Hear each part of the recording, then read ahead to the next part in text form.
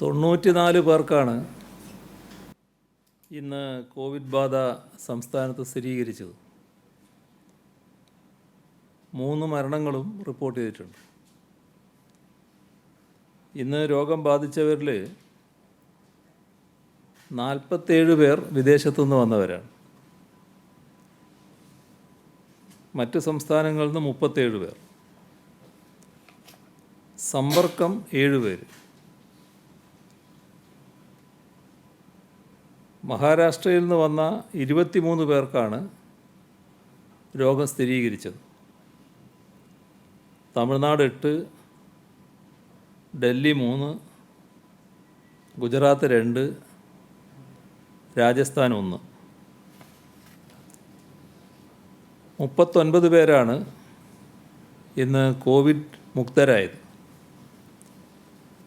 പാലക്കാട് 13, മലപ്പുറം 8, കണ്ണൂർ 7, കോഴിക്കോട് 5, തൃശ്ശൂർ വയനാട് 2 വീതം, തിരുവനന്തപുരം പത്തനംതിട്ട 1 വീതം. ഇങ്ങനെയാണ് നെഗറ്റീവ്. പോസിറ്റീവായതിൻ്റെ ജില്ല തിരിച്ചെടുത്താൽ പത്തനംതിട്ട 14, കാസർഗോഡ് 12, കൊല്ലം 11, കോഴിക്കോട് 10, ആലപ്പുഴ 8, മലപ്പുറം 8, പാലക്കാട് 7, കണ്ണൂർ 6, കോട്ടയം 5, തിരുവനന്തപുരം 5, തൃശ്ശൂർ 4, എറണാകുളം 2, വയനാട് 2. ഇത്തരത്തിലാണ് പോസിറ്റീവായത്. ചെന്നൈയിൽ നിന്ന് നാട്ടിലെത്തിയ പാലക്കാട് ജില്ലയിലെ മീനാക്ഷി അമ്മാൾ, അബുദാബിയിൽ നിന്ന് തിരിച്ചെത്തിയ മലപ്പുറം എടപ്പാൾ സ്വദേശി ഷബ്നാസ്, കൊല്ലം ജില്ലയിലെ കാവനാട് സ്വദേശി സേവ്യർ എന്നിവരാണ് കഴിഞ്ഞ ദിവസങ്ങളിൽ മരിച്ചത്. ഇവർക്ക് 3 പേർക്കും കോവിഡ് ബാധയുണ്ടായിരുന്നുവെന്ന് പരിശോധനാ ഫലത്തിൽ ഉറപ്പിച്ചിട്ടുണ്ട്. ഷബ്നാസ് രക്താർബുദ ചികിത്സയിലായിരുന്നു. കൊല്ലം സ്വദേശി സേവ്യർ മരണമടഞ്ഞ ശേഷമാണ് ആശുപത്രിയിലെത്തിച്ചത്. പരിശോധന വേണമെന്ന് മെഡിക്കൽ ബോർഡ് നിർദ്ദേശിച്ചു. 2 തവണ പരിശോധിച്ച് ആണ് കോവിഡ് സ്ഥിരീകരിച്ചത്. ഈ 3 പേരുടെയും വേർപാടിൽ അനുശോചനം രേഖപ്പെടുത്തുന്നു. ഇതോടെ സംസ്ഥാനത്തുള്ള ആകെ മരണം 14ആയി. ഇന്ന് 3787 സാമ്പിളുകൾ പരിശോധിച്ചു. ഇതുവരെ 1588 പേർക്കാണ് രോഗം സ്ഥിരീകരിച്ചത്. അതിൽ 884 പേർ ഇപ്പോൾ ചികിത്സയിലാണ്. 1,70,70,065 പേരാണ് നിരീക്ഷണത്തിലുള്ളത്. 1,68,578 പേർ വീടുകളിലും 1487 പേർ ആശുപത്രികളിലുമാണ്. ഇന്ന് 225 പേരെ ആശുപത്രിയിൽ പ്രവേശിപ്പിച്ചു. ഇതുവരെ 76,383 സാമ്പിളുകളാണ് പരിശോധനയ്ക്ക് അയച്ചത്. 72,139 എണ്ണം രോഗബാധയില്ല എന്നുറപ്പാക്കിയിട്ടുണ്ട്. ഇതുവരെ സെൻറ്റിനൽ സർവൈലൻസിൻ്റെ ഭാഗമായി മുൻഗണനാ വിഭാഗത്തിൽപ്പെട്ട 18,146 സാമ്പിളുകൾ ശേഖരിച്ചു. അതിൽ 15,264 നെഗറ്റീവായിട്ടുണ്ട്. ആകെ സംസ്ഥാനത്ത് 99,962 സാമ്പിളുകളാണ് പരിശോധിച്ചത്. ഹോട്ട്സ്പോട്ടുകളുടെ എണ്ണം സംസ്ഥാനത്ത് 124ആയി. കണ്ണൂർ 4, കൊല്ലം 3, പാലക്കാട് 2 ഇത്തരത്തിലാണ് പുതിയ ഹോട്ട്സ്പോട്ടുകൾ വന്നത്. COVID-19 പൊട്ടിപ്പുറപ്പെടുന്നതിനെ തുടർന്ന് ആൾക്കൂട്ടമുണ്ടാകുന്ന പരിപാടികളെല്ലാം കേന്ദ്ര സർക്കാർ നിരോധിക്കുകയാണല്ലോ. രാഷ്ട്രീയ സാമൂഹ്യ പരിപാടികളുടെ ഭാഗമായുള്ള ഒത്തുചേരലുകളും ആരാധനാലയങ്ങളിലെ പ്രാർത്ഥനാ ചടങ്ങുകളും ഇതുമായി ബന്ധപ്പെട്ട ഉത്സവങ്ങളുമെല്ലാം ഇതിൽപ്പെടും. രോഗവ്യാപനം തടയുന്നതിന് വലിയ ആൾക്കൂട്ടം ഒഴിവാക്കേണ്ടതാണ് നമുക്കറിയാം. എന്നാൽ ലോക്ക്ഡൗണിൽ നിന്ന് രാജ്യം ഘട്ടം ഘട്ടമായി പുറത്തു കടക്കുകയാണ്. ഈ നിലയിൽ അധികകാലം തുടരാൻ നമുക്ക് കഴിയില്ല. ഉൽപ്പാദന മേഖലകളും സേവന മേഖലകളുമെല്ലാം നിശ്ചലമാക്കി സമൂഹത്തിന് അധികകാലം മുന്നോട്ട് പോകാനാവില്ല. ലോക്ക്ഡൗൺ ഇളവുകളുടെ ഭാഗമായി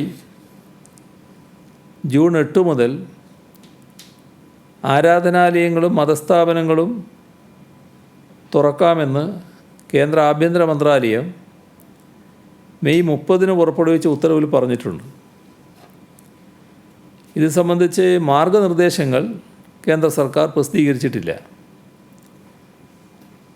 മാർഗനിർദ്ദേശങ്ങൾ സംസ്ഥാന സർക്കാർ കാത്തിരിക്കുകയാണ്. ആരാധനാ കേന്ദ്രങ്ങൾ തുറക്കാമെന്ന് പറഞ്ഞപ്പോഴും വലിയ ആൾക്കൂട്ടം ഒരു പരിപാടിക്കും ഈ ഘട്ടത്തിൽ പാടില്ലെന്ന് കേന്ദ്ര സർക്കാർ വ്യക്തമാക്കിയിട്ടുമുണ്ട്. കേന്ദ്രത്തിൻ്റെ മാർഗനിർദ്ദേശങ്ങൾ വരുന്ന മുറക്ക് നിയന്ത്രണ വിധേയമായി കേരളത്തിൽ ആരാധനാലയങ്ങൾ എങ്ങനെ തുറക്കാമെന്നതിനെക്കുറിച്ച് അഭിപ്രായമാരായാൻ ഇന്ന് വിവിധ വിഭാഗം മതവിഭാഗങ്ങളുമായും മതമേധാവികളുമായും മതസംഘടനാ നേതാക്കളുമായും മതസ്ഥാപന ഭാരവാഹികളുമായും വീഡിയോ കോൺഫറൻസിലൂടെ ചർച്ച നടത്തി. ആരാധനാലയങ്ങളിൽ സാധാരണ നില പുനഃസ്ഥാപിച്ചാൽ വലിയ ആൾക്കൂട്ടമുണ്ടാകുമെന്നും അത് ഇന്നത്തെ സാഹചര്യത്തിൽ രോഗവ്യാപനത്തിന് ഇടയാക്കുമെന്നുമുള്ള സർക്കാരിൻ്റെ നിലപാടിനോട് എല്ലാവരും പൂർണ്ണമായി യോജിച്ചു. ഹിന്ദു, ക്രിസ്ത്യൻ, മുസ്ലിം തുടങ്ങിയ 3 വിഭാഗങ്ങളുമായും വെവ്വേറെയാണ് ചർച്ച നടത്തിയത്. ആരാധനാലയത്തിൽ എത്തുന്ന വിശ്വാസികളുടെ എണ്ണം പരിമിതപ്പെടുത്തുന്നത് ഉൾപ്പെടെയുള്ള എല്ലാ മുൻകരുതലുകളും സ്വീകരിക്കാമെന്ന് തന്നെയാണ് പങ്കെടുത്ത മതനേതാക്കളുടെ എല്ലാം അഭിപ്രായം. ആരാധനാലയങ്ങളിൽ വരുന്നവരിൽ സാധാരണ നിലയിൽ ധാരാളം മുതിർന്ന പൗരന്മാരും മറ്റ് രോഗങ്ങളുള്ളവരും കാണും. റിവേഴ്സ് ക്വാറൻറ്റൈനിൽ കഴിയണമെന്ന് ആരോഗ്യ വിഭാഗം നിർദ്ദേശിക്കുന്ന ഇവർ ആരാധനാലയങ്ങളിൽ വരുന്നത് അപകടമാണെന്നാണ് സർക്കാർ കരുതുന്നത്. ഇവരെ കോവിഡ് രോഗം പെട്ടെന്ന് പിടികൂടാനിടയുണ്ട്. മാത്രമല്ല, പിടിപെട്ടാൽ ഇവരെ സുഖപ്പെടുത്താനും പ്രയാസമുണ്ട്. പ്രായമായവരിലും മറ്റ് രോഗമുള്ളവരിലും മരണനിരക്ക് കൂടുതലാണെന്ന പ്രശ്നം നാം ഗൗരവമായി കാണേണ്ടതുണ്ട്. അതിനാൽ ഈ വിഭാഗം ആളുകളുടെ കാര്യത്തിൽ പ്രത്യേക നിയന്ത്രണങ്ങൾ കൊണ്ടുവരുന്നതിനോട് മതനേതാക്കൾ പൊതുവെ യോജിപ്പാണ് അറിയിച്ചത്. നിയന്ത്രണങ്ങൾ സംബന്ധിച്ച വിശദാംശം കേന്ദ്ര സർക്കാരിൻ്റെ മാർഗനിർദ്ദേശങ്ങൾ വന്നാൽ മാത്രമേ തീരുമാനിക്കാൻ കഴിയും.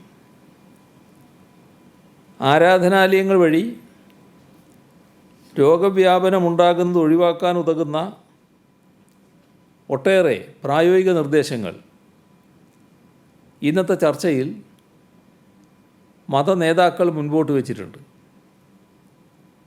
ഈ നിർദ്ദേശങ്ങൾ കേന്ദ്ര സർക്കാരിന് മുന്നിൽ അവതരിപ്പിക്കാനാണ് ഉദ്ദേശിക്കുന്നത്.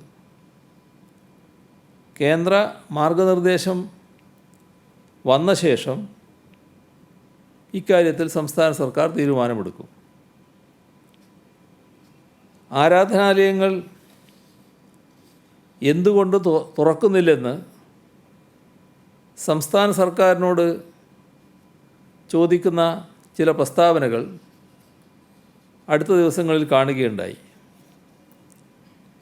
കാര്യങ്ങൾ മനസ്സിലാക്കാതെയുള്ള പ്രസ്താവനകളാണ് അതെന്ന് കരുതുന്നില്ല.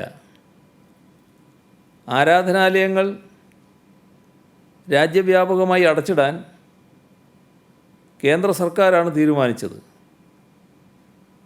ആരാധനാലയങ്ങൾ മാത്രമല്ല, വിദ്യാലയങ്ങളും പരിശീലന കേന്ദ്രങ്ങളും അടഞ്ഞു കിടക്കുകയാണ്. രാഷ്ട്രീയ, സാമൂഹിക, സാംസ്കാരിക പരിപാടികൾക്കെല്ലാം വിലക്കുണ്ട്. ഇളവുകളുടെ ഭാഗമായി ജൂൺ 8 മുതൽ ആരാധനാലയങ്ങൾ തുറക്കാമെന്ന് കേന്ദ്ര സർക്കാർ പറഞ്ഞ സാഹചര്യത്തിലാണ് ഇന്ന് മതമേധാവികളുമായും മതപണ്ഡിതരുമായും ചർച്ച നടത്തിയത്. ആരാധനാലയങ്ങൾ അടഞ്ഞുകിടക്കുന്നത് വിശ്വാസികൾക്ക് വലിയ പ്രയാസമുണ്ടാക്കുന്നു എന്ന് സർക്കാരിനറിയാം. എന്നാൽ സമൂഹത്തിൻ്റെ ആരോഗ്യ സുരക്ഷയ്ക്ക് വേണ്ടി ഏർപ്പെടുത്തിയ നിയന്ത്രണങ്ങളോട് എല്ലാ മതവിഭാഗങ്ങളും പൂർണ്ണമായി സഹകരിച്ചിട്ടുണ്ട്. ഇക്കാര്യത്തിൽ വലിയ അഭിപ്രായ ഐക്യമാണ് സർക്കാരും മതമേധാവികളും മതപണ്ഡിതന്മാരും തമ്മിലുള്ളത്. നല്ല ഒത്തൊരുമയോടെ നിയന്ത്രണങ്ങൾ സ്വീകരിച്ചുകൊണ്ട് ലോക്ക്ഡൗൺ കാലത്ത് നാം പ്രവർത്തിച്ചു. അതിന് ബന്ധപ്പെട്ടവരോട് സർക്കാർ നന്ദി പറയുന്നു. തുടർന്നും അവരുടെ നിശ്ചയമായ സഹകരണം ഉണ്ടാവണമെന്നാണ് അഭ്യർത്ഥന. ആരാധനാലയങ്ങൾ പൂർണ്ണമായി അടച്ചിടേണ്ട സാഹചര്യം വന്നപ്പോഴും മതനേതാക്കളുമായി സർക്കാർ ആശയവിനിമയം നടത്തിയിരുന്നു. ഓരോ ഘട്ടത്തിലും അവരെ വിശ്വാസത്തിലെടുത്തും അവരുടെ അഭിപ്രായങ്ങൾ കൂടി കണക്കിലെടുത്തുമാണ് സർക്കാർ മുന്നോട്ട് പോകുന്നത്. കൊട്ടിയൂർ ഉത്സവം ഈ മാസം നടക്കുകയാണ്. അതിൻ്റെ ചടങ്ങുകൾ ആരംഭിച്ചു കഴിഞ്ഞു. ആൾക്കൂട്ടമുണ്ടാകുന്ന എല്ലാ പരിപാടികളും ഒഴിവാക്കി ചടങ്ങുകൾ മാത്രം നടത്താമെന്നാണ് ബന്ധപ്പെട്ടവരോട് നിർദ്ദേശിച്ചിട്ടുള്ളത്.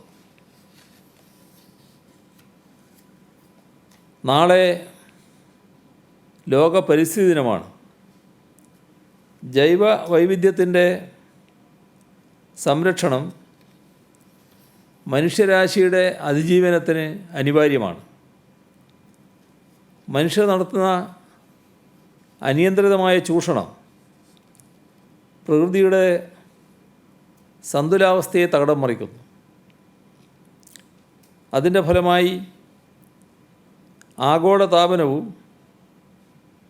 സമുദ്രമലിനീകരണവും മരുഭൂമിവൽക്കരണവും കൊടും വരൾച്ചകളും കാലാവസ്ഥാ വ്യതിയാനങ്ങളും ഉൾപ്പെടെയുള്ള വലിയ വെല്ലുവിളികളാണ് ഈ കാലത്ത് മനുഷ്യർ നേരിടുന്നത്. ഈ പ്രതിസന്ധി മറികടക്കാൻ ദീർഘവീക്ഷണത്തോടെയുള്ള ഇടപെടലുകൾ അനിവാര്യമാണ്. പരിസ്ഥിതി സൗഹൃദത്തിൽ ഊന്നുന്ന വികസന നയങ്ങളാണ് നമുക്ക് വേണ്ടത്. പ്രകടന പത്രികയിൽ വിശദമാക്കിയതനുസരിച്ച് കഴിഞ്ഞ 4 വർഷവും ഈ ആശയം മുൻനിർത്തിയാണ് LDF സർക്കാർ പ്രവർത്തിച്ചത്. കേരളത്തിൻ്റെ ജലസമൃദ്ധി വീണ്ടെടുക്കുക, പരിസ്ഥിതി മലിനീകരണം ഇല്ലാതാക്കുക, സുരക്ഷിത ഭക്ഷ്യവസ്തുക്കൾ ഉൽപ്പാദിപ്പിക്കുക, വനവൽക്കരണം ഊർജിതമാക്കുക തുടങ്ങിയ ലക്ഷ്യങ്ങൾ നിറവേറ്റാൻ ആവശ്യമായ പ്രവർത്തനങ്ങൾ ഹരിത കേരള മിഷൻ നടപ്പിലാക്കി. മിഷൻ്റെ നേതൃത്വത്തിൽ 2016-17 വർഷം 86 ലക്ഷം വൃക്ഷത്തൈകൾ കേരളത്തിൽ നടുകയുണ്ടായി. 2017-18 1 കോടി, 2018-19 2 കോടി, 2019-20 3 കോടി. ഇത്തരത്തിലാണ് വൃക്ഷത്തൈകൾ നടാൻ പ്ലാനിട്ടത്. എന്നാൽ തുടർച്ചയായ 2 വർഷങ്ങളിലെ പ്രളയം തൈകളുടെ നിലനിൽപ്പിനെ സാരമായി ബാധിച്ചു. ഈ സാഹചര്യത്തിലാണ് വൃക്ഷവൽക്കരണ പ്രവർത്തനങ്ങളെ സഹായിക്കുന്നതിനും കൃത്യമായ തുടർ പ്രവർത്തനങ്ങൾ ഉറപ്പുവരുത്തുന്നതിനുമായി പച്ചത്തുരുത്ത് പദ്ധതി ആരംഭിച്ചത്.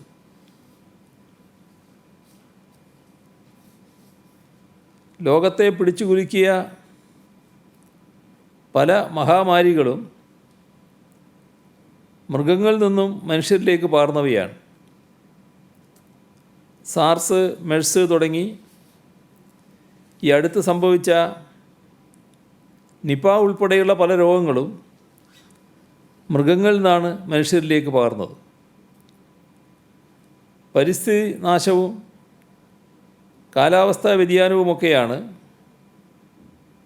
മൃഗങ്ങളിൽ നിന്നും മനുഷ്യരിലേക്ക് രോഗാണുക്കൾ എത്തുന്നതിന് കാരണമായി പഠനങ്ങൾ കണ്ടെത്തിയിരിക്കുന്നത്. ഇത്തരം രോഗങ്ങളെ തടയണമെങ്കിൽ മനുഷ്യൻ അവൻ്റെ ആരോഗ്യം മാത്രം ശ്രദ്ധിച്ചാൽ പോരാ. അവൻ ജീവിക്കുന്ന പ്രകൃതിയുടെയും അതിലെ മറ്റ് ജീവജാലങ്ങളുടെയും ആരോഗ്യം കൂടെ സംരക്ഷിക്കേണ്ടതായി വരും. ഏകലോകം ഏകാരോഗ്യം, വൺ വേൾഡ് വൺ ഹെൽത്ത് എന്ന ആശയത്തെ മുൻനിർത്തിയാകണം ഇനിയുള്ള നമ്മുടെ പരിസ്ഥിതി ഇടപെടലുകൾ. ആ വിശാല ലക്ഷ്യം പടിപടിയായി നാം കൈവരിക്കേണ്ടതാണ്.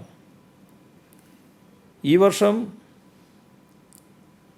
1,09,00,000 വൃക്ഷത്തൈകൾ നട്ടാണ്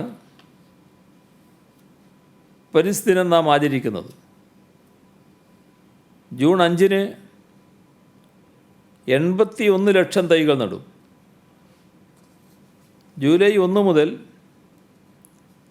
27 വരെയുള്ള ദിവസങ്ങളിൽ 28 ലക്ഷം തൈകൾ നടും. ഭൂമിക്ക് കുട ചൂടാൻ 1 കോടി മരങ്ങൾ എന്ന ശീർഷകത്തിലാണ് ഈ പദ്ധതി നടപ്പാക്കുന്നത്. കേരളത്തിൻ്റെ പരിസ്ഥിതിയെ സംരക്ഷിക്കുന്ന രീതി ഭക്ഷ്യസുരക്ഷ ഉറപ്പുവരുത്താനായി ആവിഷ്കരിച്ച പദ്ധതിയാണ്. അതിൻ്റെ ഭാഗമായാണ് സുഭിക്ഷ കേരളം പദ്ധതി നടപ്പാക്കപ്പെടുന്നത്. ഈ പദ്ധതിക്കായി അടുത്ത ഒരു വർഷം 3,680 കോടി രൂപയാണ് ചെലവിടുക. പ്രകൃതി വിഭവങ്ങൾ വിവേകപൂർവ്വം വിനിയോഗിച്ചും അവയുടെ തുല്യ വിതരണം ഉറപ്പാക്കിയും മുന്നോട്ട് പോകാനാണ് ഉദ്ദേശിക്കുന്നത്. ഈ പരിസ്ഥിതി ദിനാചരണം നമുക്ക് കൂടുതൽ ഊർജം പകരട്ടെ. കൈറ്റ് വിക്ടേഴ്സ് ചാനൽ നേരത്തെ തന്നെ Asianet digital, Kerala vision, Den network, DG media, city channel തുടങ്ങിയ കേബിൾ ശൃംഖലകളിൽ ലഭ്യമാക്കിയത് നമ്മുടെ കുട്ടികൾക്ക് വളരെ പ്രയോജനപ്രദമായിരുന്നു. ഇതിന് സഹകരിച്ച എല്ലാ കേബിൾ ഓപ്പറേറ്റർമാർക്കും നന്ദി പറയുന്നു.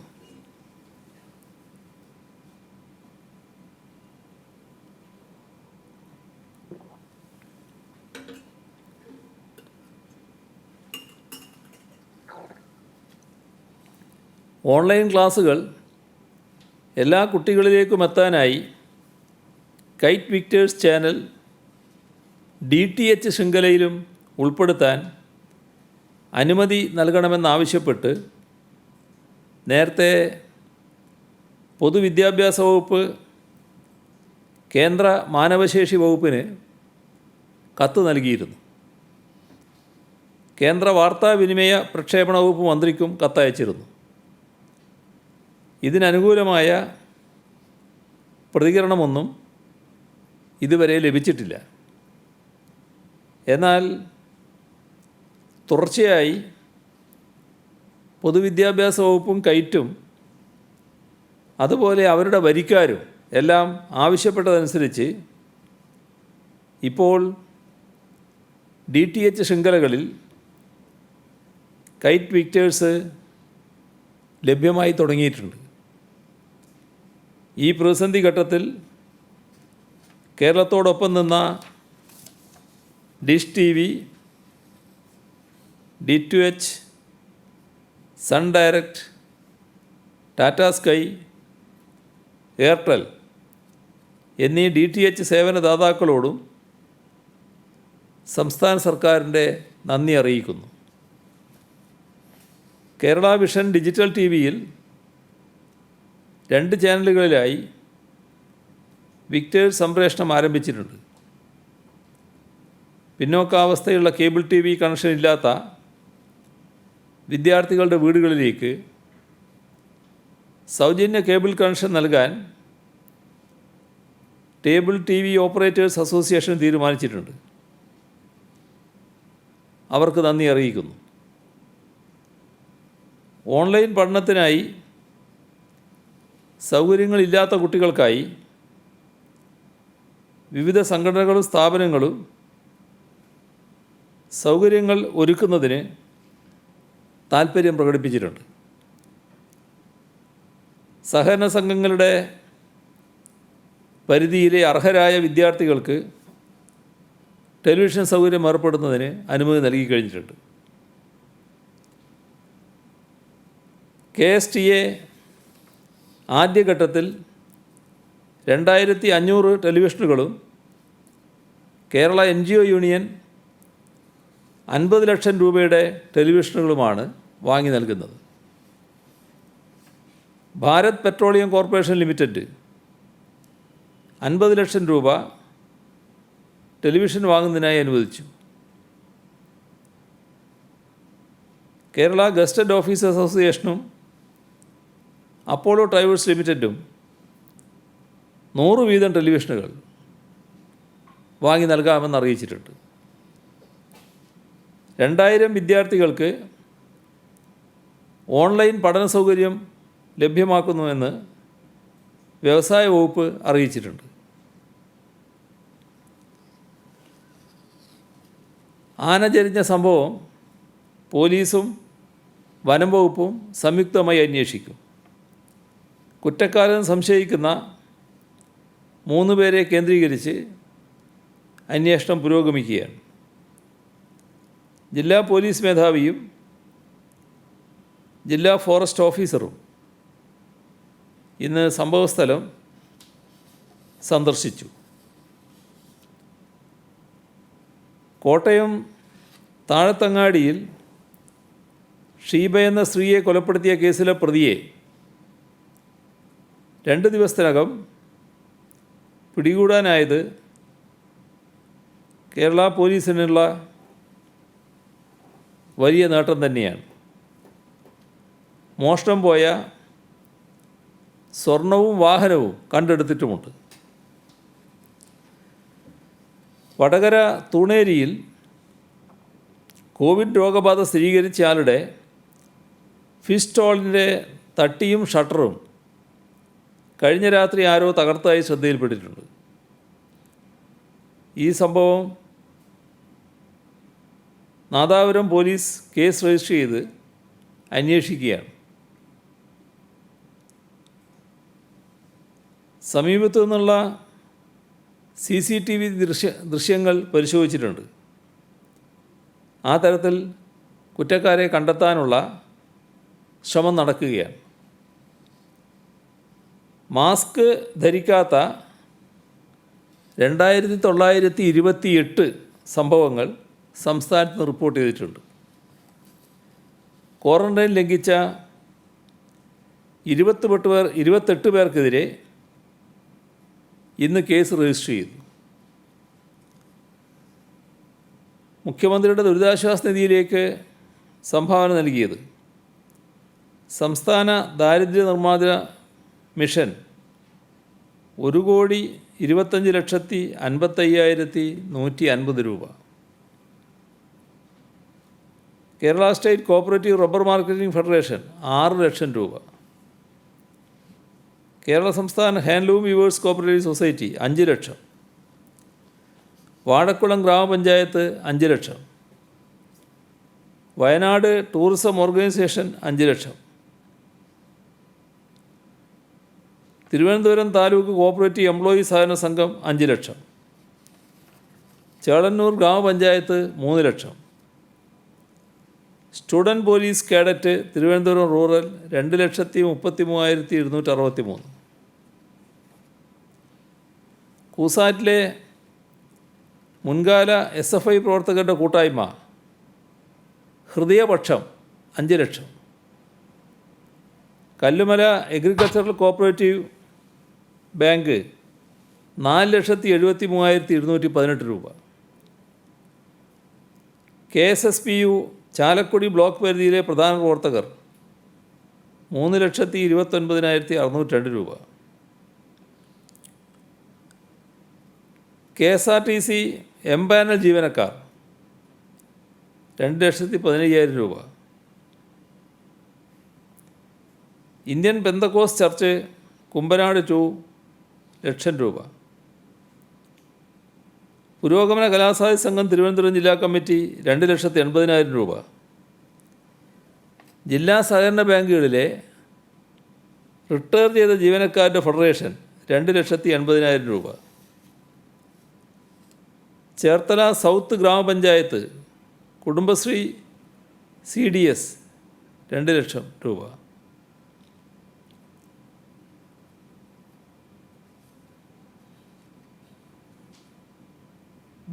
Venus apartment owners association Thiruvananthapuram 2,27,000 രൂപ. കേരള സപ്ലൈകോ സപ്ലയേഴ്സ് അസോസിയേഷൻ സംസ്ഥാന കമ്മിറ്റി 1,53,501 രൂപ. AIYF ആലപ്പുഴ മണ്ഡലം കമ്മിറ്റി 1,55,388 രൂപ. NFPRMS എംപ്ലോയീസ് തിരുവനന്തപുരം ബ്രാഞ്ച് 1,23,700 രൂപ. AIYF ശൂരനാട് മണ്ഡലം കമ്മിറ്റി 1,112 രൂപ. ഫാറൂഖ് കോളേജ് SS ഹോസ്റ്റലിലെ 84-90 ബാച്ച് കൂട്ടായ്മ 2,100,000 രൂപ. കേന്ദ്ര സർക്കാർ സ്ഥാപനമായ HOCയിലെ താൽക്കാലിക ജീവനക്കാർ 1 ലക്ഷം രൂപ. കേരള സ്റ്റേറ്റ് പെൻഷനേഴ്സ് സഹകരണ സംഘം വിഹിതവും ഭരണസമിതിയുടെയും ജീവനക്കാരുടെയും സംഭാവനയും ചേർത്ത് 1,25,000 രൂപ. ആറന്മുള വിദ്യാധിരാജ ശ്രീ വിജയാനന്ദ ആശ്രമം 50,000 രൂപ. ഇത്രയാണ് ഇന്ന് വിവരം പങ്കിടാനുള്ളത്.